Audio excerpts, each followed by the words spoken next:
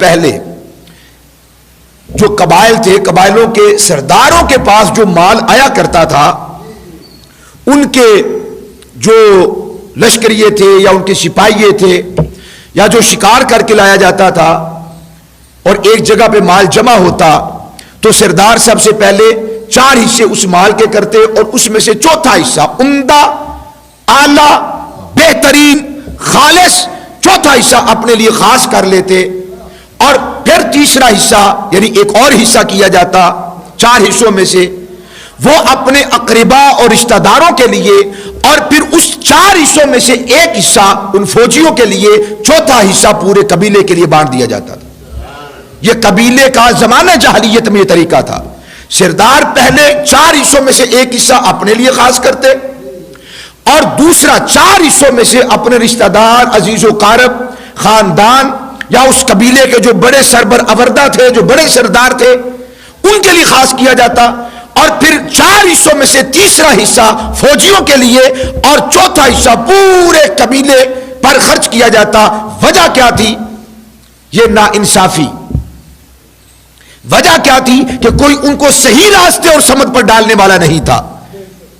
جب اسلام کی آمد ہوئی، رسول محتشم صلی اللہ علیہ وسلم کو اللہ تبارک و تعالیٰ نے یوں مال کی فراوانی عطا فرمائی، غزوات کے ذریعے سے، جہاد کے ذریعے سے، مال غنیمت کے ذریعے سے۔ جب حضور کے دربار میں مال لایا گیا تو اصحاب رسول نے وہ مال جمع کر کے یہی گزارش کی کہ یا رسول اللہ، آپ کو جو مال پسند ہو آپ اپنے لیے وہ مال علیحدہ کر لیجئے۔ حالانکہ کل کائنات اللہ کی ہے اور اللہ کے بعد رسول اللہ کی ہے۔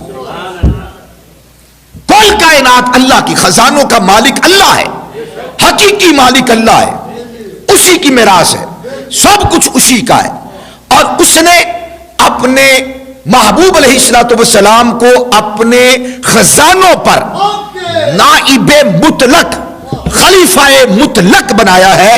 کوئی قید نہیں ہے، محبوب جو چاہیں، جیسے چاہیں، جب چاہیں، جتنا چاہیں اپنے پاس بھی رکھ سکتے ہیں، اٹھا کے کسی ایک کو بھی عطا فرما سکتے ہیں۔ اللہ نے اس قادر مطلق نے، سپر پاور نے مصطفیٰ کو اختیار کل عطا فرمایا ہے۔ حضور جو کر دیتے ہیں وہ دین بن جاتا ہے، حضور جو کہہ دیتے ہیں وہ دین بن جاتا ہے۔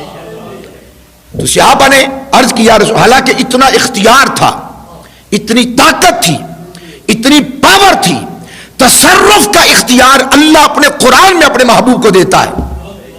توجہ ہے؟ اسی آیت کے آگے فرمایا ما آتاکم الرسول فخذوہ وما نہاکم عنہ فانتہوا۔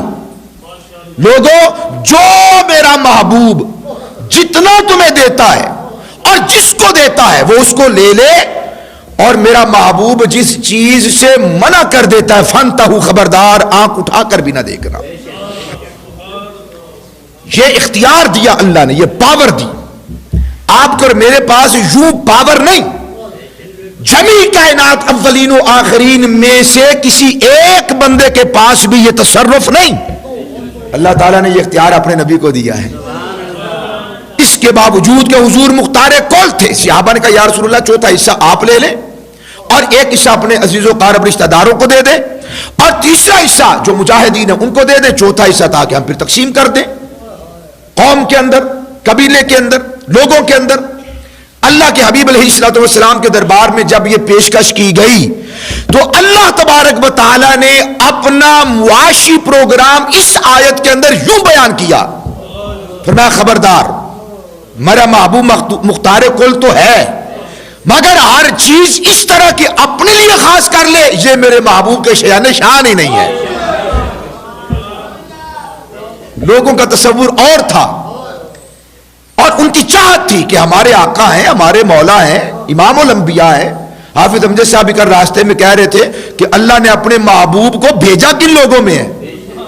حافظ جی ایسے لوگوں میں بھیجا، یا رسول اللہ سارا کچھ رکھ لیں، جو چاہیے آپ کو آپ اپنے لیے پسند کر لیں، اختیار کر لیں، اپنے بچوں کے لیے، خاندان کے لیے، رشتہ داروں کے لیے، کوئی سوال نہیں، کوئی جواب نہیں، کوئی اعتراض نہیں، کوئی مسئلہ نہیں۔ کیوں؟ انہیں معلوم تھا اللہ کا محبوب کبھی بھی بے انصافی نہیں کرتا۔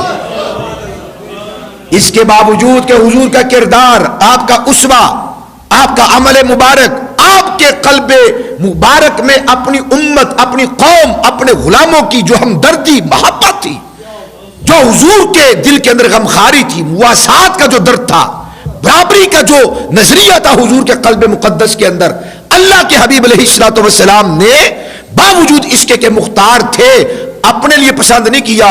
فرمایا محبوب وہ جو 5واں حصہ ہے، ان 5ویں حصے کے اندر بھی 6 طبقات شامل. نمبر 1 اللہ کے لیے حصہ، نمبر 2 رسول اللہ کے لیے حصہ، نمبر 3 ذوی القربا کے لیے حصہ، نمبر 4 یتاما کے لیے، نمبر 5 مساکین کے لیے، نمبر 6 مسافروں کے لیے بھی حصہ اسی کے اندر موجود ہے.